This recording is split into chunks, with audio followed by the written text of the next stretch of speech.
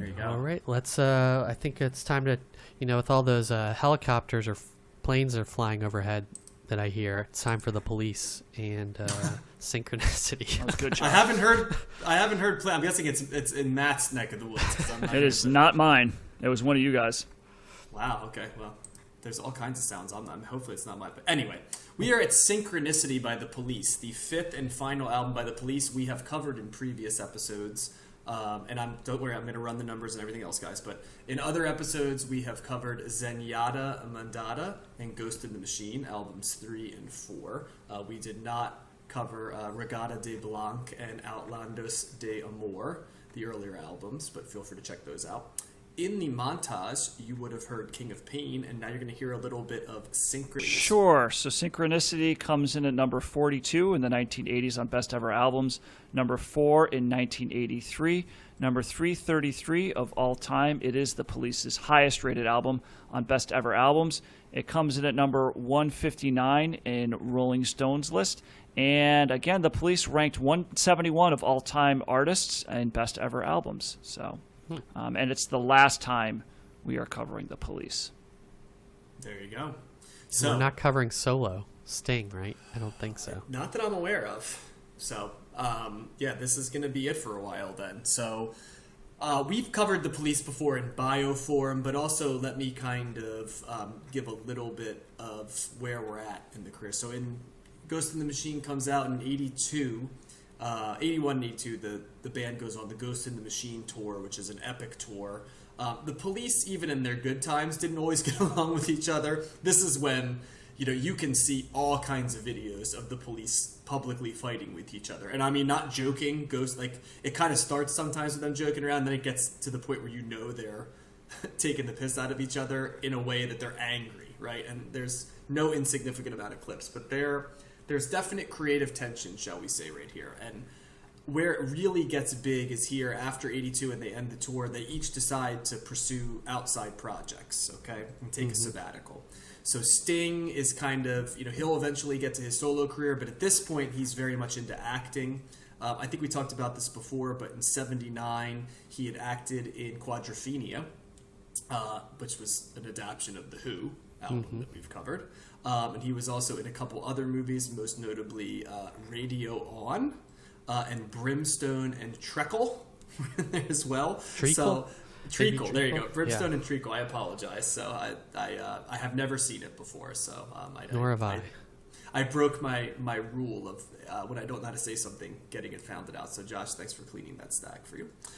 Sting is writing some of his own songs as well. Andy Summers recorded his first album with Robert Fripp, who is at this point, he's got to be a CTS Hall of Famer, right? Because he's just everywhere. But this album is called I Advance Masked, which is a funny name for an album. And Stuart Copeland did the musical score. Josh, you ever seen the movie Rumblefish before? Surprisingly, no, but it's by Francis Ford Coppola. You are 100% correct. I was going to ask you if you knew it was. Yes, so he did the musical score for Rumblefish from Francis Ford Coppola. And then he also had an album that he did with Stan Ridgway of the band Wall of Voodoo. Do you guys know their big hit? I do, but I wonder if you guys do. No. I don't. I want a Mexican radio. Oh, yeah, I know that song. Yeah. Oh, yeah, that's Wall of Voodoo. So, yeah, when I saw that, I chuckled because that's... Wall of Voodoo? Wall of Voodoo. Yeah, they're an IRS record band. I remember that I had a Best of IRS Records wonderful eclectic compilation, and that was on there. But so he creates an album with him. We also, as we get into 83, Sting and Stuart Copeland in particular are just... they're not getting along well at all. On top of it, Sting is in Dune, a pretty big movie, David Lynch movie. Yep. And both Summers and Sting's marriages fail. And I think most people know that Sting's been married for forever to his current wife, but he was married ahead of that. And so both of their marriages fail ahead of this. So there's a lot of stuff going on as Synchronicity is released. As we'll talk about, I'm sure, but it's here, the Police made a conscious attempt in Synchronicity to do something different. They kind of were toying around with it on Ghost in the Machine, but I think that they had a love-hate relationship with the synthesizer on Ghost in the Machine, so they kind of wanted to make like an album that broke away from the reggae roots in particular. I think was a conscious choice. There is a song written and sung by both Andy Summers and Stuart Copeland on this album as well, not just Sting. We can talk about those for sure because they're interesting songs. And then one of them Mother? Yes, one of them is Mother. That's the Andy Summers one, yes. And I'll give a little bit of details on Synchronicity, but yeah, after this is over, they play Shea Stadium. And you could probably figure out why they did that, Matt. Beatles homage right there. They do Sting. I thought you were going to say they were Mets fans. Yeah, Sting and Copeland also are at Live Aid a full 2 years later after this album, but they go on hiatus and they never come back in terms of recording another album. They do play at Sting's wedding years later. Like sort of an impromptu thing where they're on stage just there, and then they did go on a reunion tour much later, but no album comes from that. So Synchronicity was a gigantic album. There's an argument to be made that when this album came out, which was June 17th, 1983, throughout most of 83 and early 84, you could make a very fair argument that the Police were the biggest band in the world at that point in terms of name value / radio airplay sales and stuff like that. The title of this album comes from a gentleman by the name of Arthur Koestler, who Sting loves. Ghost in the Machine also comes from Arthur Koestler, but it's from it was inspired by a book, The Roots of Coincidence, and it has a concept called synchronicity in it. So it is sort of loosely based on that concept. I read little bits and pieces of Koestler's Roots of Coincidence. It's kind of, not to knock Mr. Koestler or Sting, it's a little bit of like pseudoscience sort of concepts, I would describe it as. Yeah. So, and that's a little bit of, I can go more into it, but I think I'd bore everybody, so we'll just sort of say that. But this album's been described as like a collection of songs that are sort of miniature songs within an album, and so it's kind of like a soundtrack in some ways. I kind of saw a little bit of that, but yeah, that I won't go too much in the background because I'll put it in. One thing musically that I should mention is often mentioned as I did my research was Sting used a device called a sequencer on this album. Now, are you familiar with what a sequencer is? I am not. Guys? No. So, I mean, I've heard of it. At its most basic level, it's like software that can sort of edit, play back music, record music, and you probably have heard of like MIDI, M-I-D-I. It's kind of that. That's where that that's a sequencer sort of device. Open sound control is another one that's in there. I won't get too geeky on that, but yeah, if you look at what a sequencer is, it's one of those keyboards like you'd buy in the 80s. It kind of looks like, the black and white thing that you have with an old school looking like desktop computer with an old school keyboard. That's what it looks like visually. But yeah, it really what it does is it's like computer generated music, I guess, is at the best way to do it. It's a lot of loops and stuff like that as well. I'll go, like when I hear stuff, I'll kind of describe it in our thing, but I don't want to go too long on the bio because there's a lot of these things, like what is synchronicity as a concept? What is, a sequencer that would take long tangents? And I don't want to kind of go there. I'd rather mix it in along the way, if that makes sense. The Police also had a habit of recording albums extremely quickly. They usually picked 6 weeks, that's how long it took to record Ghost in the Machine. It's how long it took to record Synchronicity. And Sting in particular was the way the instruments were recorded was very interesting. They were all in separate rooms for this. So they were in a house, okay? And Stuart Copeland played the drums in the dining room, okay? And there was actually like a video link that showed the other members. Sting was in the control room, and Andy Summers was in the actual studio. And so they were playing, but they were in different areas. Like, I found it hilarious. They said that it was done for 2 reasons. And so I'm thinking to myself, okay, The first one comes to mind is to obtain the best sound for each instrument, which, you know what I mean? It's an interesting thing. I can get that. And the other was, they described it for social reasons, which made me kind of laugh out loud, which is basically like the band couldn't stand to be in the same room with each other. So that cracked me up. So Sting, it's like the White Album. Yeah, a little bit. And Sting in particular was like, he was complaining about hearing bass through headphones. He hated it. I think he compared it to a frog farting, right? So he said he wanted more warmth to the sound, and he's like, I get it more if we don't play together in the same room. While I don't doubt that Mr. Sting, that Gordon had some truth to that, I do think that he may be minimizing a little bit of the interpersonal thing. Sting and Stuart Copeland did come to physical blows with each other while they were recording Every Breath You Take, which is funny. There's a lot of stories about that. The song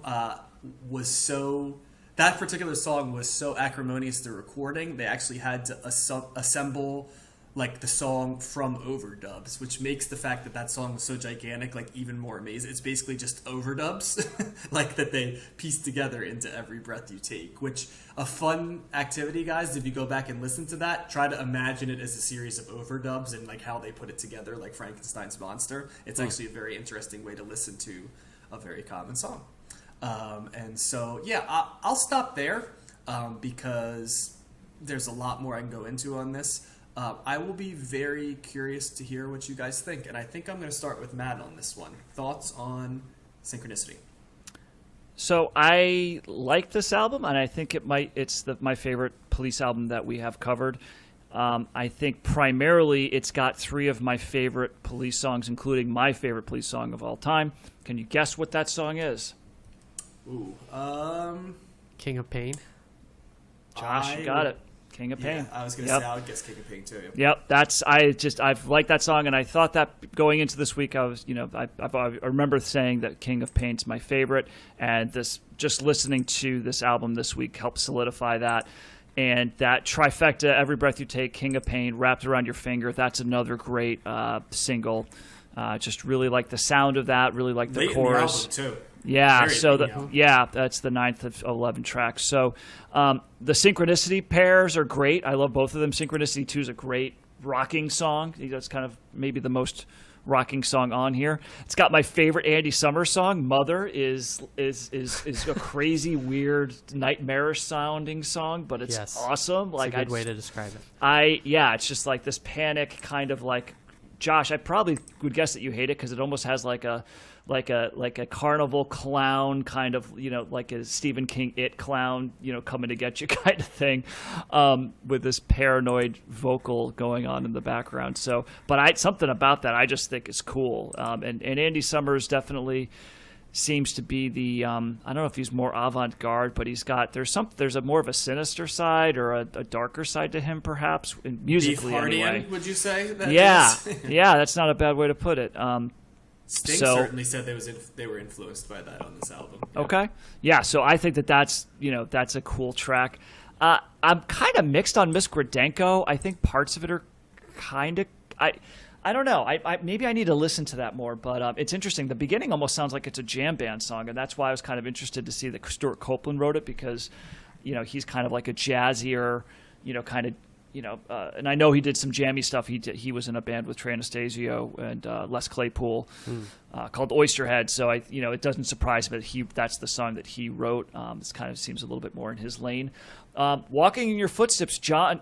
You're getting a little preamble here to Sting's world music. It seems like that's kind of going. Sure did.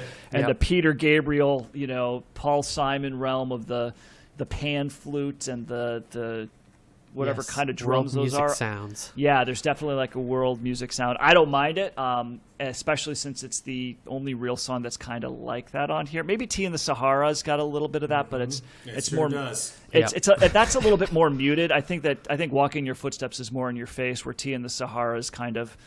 It's Sahara? Yeah, That's very horrible, Matt. I'm talking about the Sahara sound of the Desert. song. Is that what you're talking? Yeah.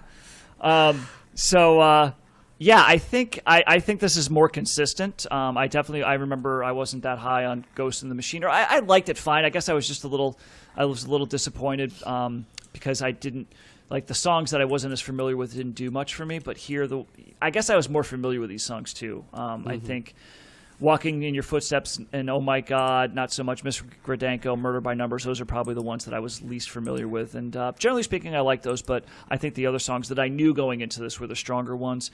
So I think I'm thumbs up on it. It's to me, it's a more, I don't know. It was a more enjoyable record, I think, for me. I'm not familiar with the first two as much. We didn't cover those, but of the three that we've covered, I would say that this is my favorite. All right. Yeah, I would agree with you. So it's been interesting to listen to so many Police albums, kind of in close proximity to each other, basically in order too. I feel like we don't always get that in the podcast just because they had such a short lifespan as a band. But I really, I think the structure of the album was interesting first and foremost. There really are two halves, or two distinct halves on this album, with Synchronicity 1 and 2 bookending the first half, or the first side of the album, and then Every Breath You Take and Murder by Numbers bookending the other side of the album. It's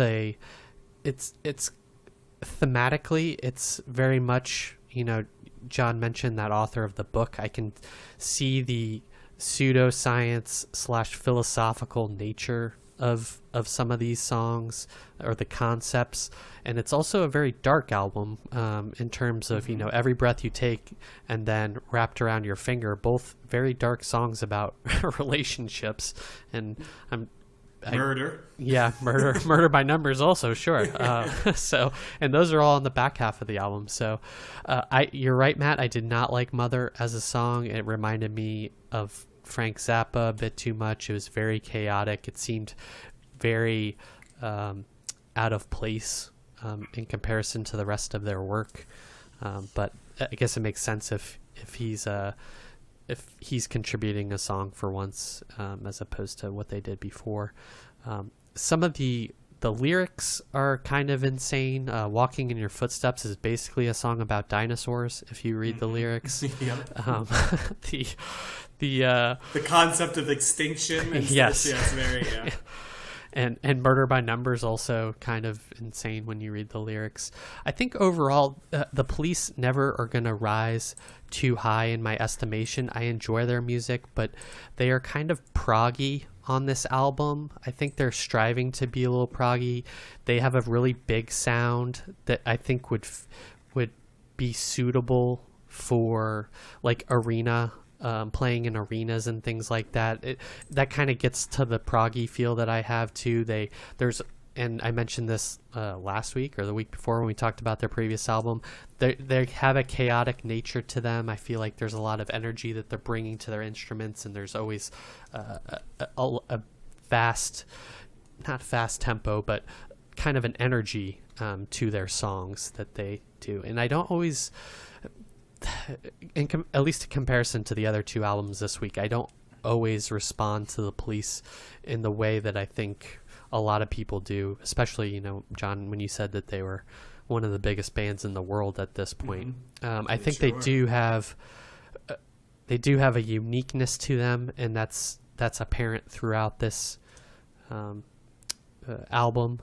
I thought it was interesting having Synchronicity 1 and 2 on as a piece. They have the repeating synth or keyboard on Synchronicity 1, and then Synchronicity 2 has kind of this guitar and big build to it that's interesting.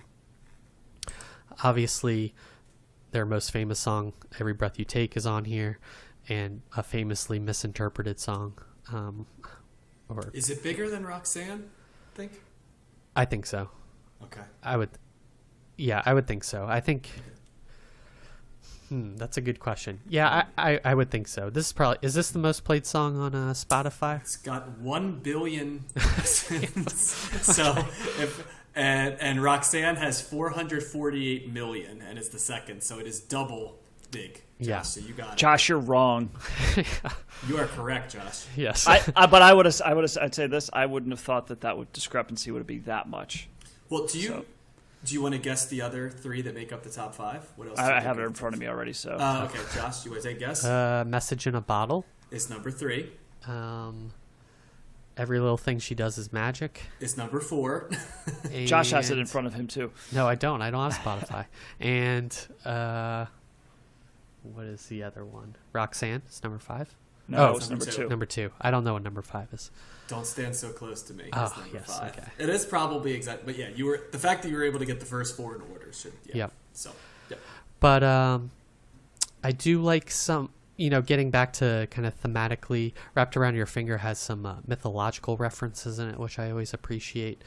And sometimes their songs sound like, especially a song like Murder by Numbers, they sound kind of adult contemporary, or Sting sounds like he's singing in a jazz bar or something. That's kind of the vibe I get from it, and I think that's kind of what puts me off a little bit about them. I appreciate their uniqueness, but there's something about them that I just don't respond to in a way that I think a lot of people do.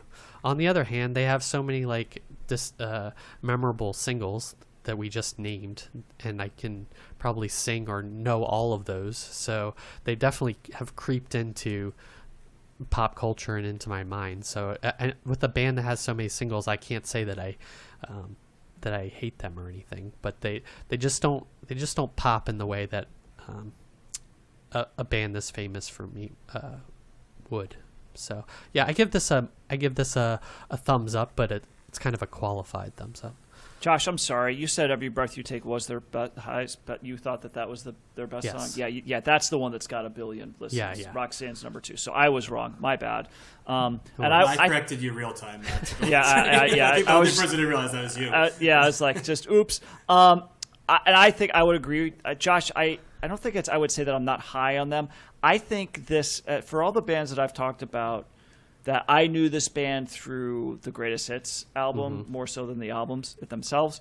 I think this to me is more. I'm viewing them personally as more of a singles band than an albums band, because I'm looking at those songs and I'm thinking about all the ones that are the compilation of the Greatest Hits, and I love pretty much all of them. Right. And I start to kind of lose my interest in them when we start to talk about some of the deeper cuts. So I think I would agree with that. I think that the singles are very, very strong. I would say I'm not as into the other cuts as you are. I'm sorry, as others might be. So I think I would agree with that. And as just the more I'm thinking about it right now, I think that this is more of a singles band for me. Yeah, when I think about kind of the flavor of their and energy of their sound, they wouldn't be a band there I'd be like, oh man, I'm in the mood to listen to some Police. They just don't have that feel to them. Like you said, maybe hearing a single pop up would be good, but the experience of their albums as a whole kind of takes a little bit of work and is kind of emotionally varied. They're not always pleasing to listen to in a certain way. So well, I'll kind of chime in here, I think, as well. I would say that I'm probably the bigger Police fan of any of the three of us, right? I probably have sort of said that. I actually am not as big a fan of Synchronicity as I am of a lot of their other albums, and the reason is because it is so wildly inconsistent. I described this to a friend once as this album's back heavy, right? So it's all ass and pretty face, because Synchronicity 1 is good, and then there's a middle where it's sort of it's missing, right? It kind of, that's, you got Synchronicity 1 and then a murderer's row from Synchronicity 2 to basically the end, right? Of some of the best stuff the Police ever did. So this album, I completely agree, Matt. I would say this is the ultimate, there's the singles and then there's the rest of the album. I don't feel that way about the other albums we covered. I feel there were plenty of songs that weren't singles that were very pleasant to listen to. I think that's why I like Ghost in the Machine and out of the ones we covered, right? I would say, Ghost in the Machine and Zenyatta Mondata I like much better because they're much more consistent, I think. They may not have the highs along the way, but they don't have Yeah. You know, that really rough stretch, I feel like. You know, I think like Mother and Miss Gredenko in particular is a really tough stretch. I mean, there's a reason Sting, you know, was the voice of the Police. There's just a reason, you know, he really did it. I do not love the creeping world music in this. Walking in Your Footsteps and Tea in the Sahara are definitely my least favorite songs on this. Even Mother I can appreciate as an experiment, and while I don't love it, like I give them balls for like, here's our great commercial album. Oh, and we're gonna let Andy Summers write basically a, you know, Captain Beefheart song in the middle of it. So I give him credit for balls. But it's when the Sting Searcher concept comes in, and while it's all over this, because like the idea of that book is. It's an argument for taking the paranormal and ESP as serious sciences and stuff. That's kind of what it is. And like I said, it's not so much. It's like, if you're there, great, and I'm not going to do it. But it's all over. Like if you look at the lyrics of Synchronicity 1 and Synchronicity 2, it's like mumbo jumbo, you know, jargon kind. It's kind of does. It's they sound great. Both of them I love. Like Synchronicity 1's like a prog rock song, and Synchronicity 2 is like this very interesting 80s pop song. But lyrically, it's nothing. You know, it's ridiculous.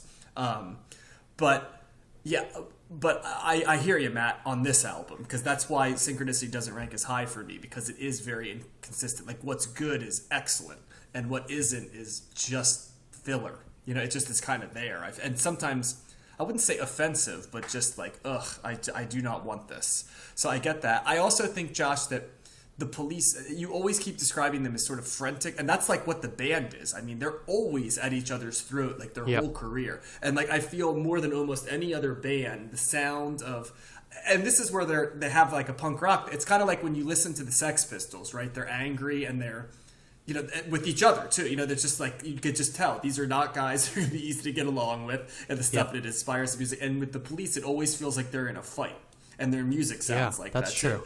And then there's cooling off periods, and that's why a lot of their other songs sound sort of dark a little bit, but also like you're coming down from a fight, right? Like, you know, let's use that lounge singer, but that's the whole Police vibe. It's either intense, like sounds coming all over, where they're all, you know, Stuart Copeland's drums are fighting Andy Summers' guitar lines, are fighting Sting's frantic bass and his voice that's scaling up and down, and then it's like, let's take it down now and do like ominous every breath you take, or like Murder by Numbers, and it's not just this album. It's if you go back and listen to the Police like as a psychological, you know, profile, you see it in all their albums, even the early ones that are a little bit more joyous, you know, and stuff. But I always find the video for Spirits in the Material World to be very interesting, because it's equal parts playful and also kind of like they look like they kind of also hate each other in it. So if you ever get a chance to watch that video, I think it's a really interesting picture of the band. So yeah, it's impossible for me not to recommend this album, because any album with King of Pain, Wrapped Around Your Finger, Synchronicity 2, Every Breath You Take, like in a force, I mean, come on, that's like insane. Right. That is like a 4-piece. And then you have to put up with Tea in the Sahara, but then you get to Murder by Numbers, which is an interesting last song, and the placement's great for it. And Oh My God is sort of as close as it gets to an old Police song, right? It's got a little bit more of the traditional influences, and thus I like it. So yeah, definite recommend here, but it does sound like the sound of a band. This is the walking embodiment of a band getting ready to go in different directions. I feel like that's what this album is. And it makes sense. The Police are very biographical sonically to where they are in their life, more so than almost any other band I can think. So that's my 2 cents there. That's a good wrap up of them. It's a testament to their ability as musicians to have all three of them be so kind of different and yet still be able to make music that works. And so yeah. And so I want to kind of get in the habit now of us summarizing where we stand. So I'm going to say recommend for me. I can't say like absolute, you know, highest level recommend, but as I said before, while I am a little bit frustrated by the inconsistencies at point, like it's that idea in baseball, right? There's career, right? And then there's like peak value. Like this is the ultimate peak value album, because in its highest points, it's like elite. but then there's stuff that it's like it's decline years or when it's too young and they're not quite hitting or they've lost a step. That's kind of, if we go baseball player analogy, that's what I would describe this album as. Yeah, peak value. Yeah, I'd give it a thumbs up too. And is it my favorite Police album? I guess it is my favorite Police album That we've covered. Yeah, that we've covered. Yeah, I think it's and I say that my comment about them being a singles band for me is being said without really knowing the first two albums, but based on these last three. Well, that's where a lot of the singles are. Yeah. Well, yeah, actually, that might be true. Well, yeah, because I remember Ghost of the Machine had like that's maybe why I dislike that the most, because that had maybe the fewest singles and also ones on it that I think the only one that I really liked was Every Little Thing She Does Is Magic, and the other two I was kind of meh on. But yeah, I'm still thumbs up on it. It's got my favorite Police songs on it, so for that I have to be a thumbs up. Of the three we did, definitely Ghost in the Machine is my favorite, and because Invisible Sun is my King of Pain, Matt. I think it's their best song, yeah, for sure. There's other great songs, and the first two albums are actually probably the most accessible pop-ready albums. They're kind of almost like twin siblings a little bit in terms sonically of what they sound like, but they're easier listens than the albums we've listened to. So, but yeah, I would say of the three we covered, Ghost in the Machine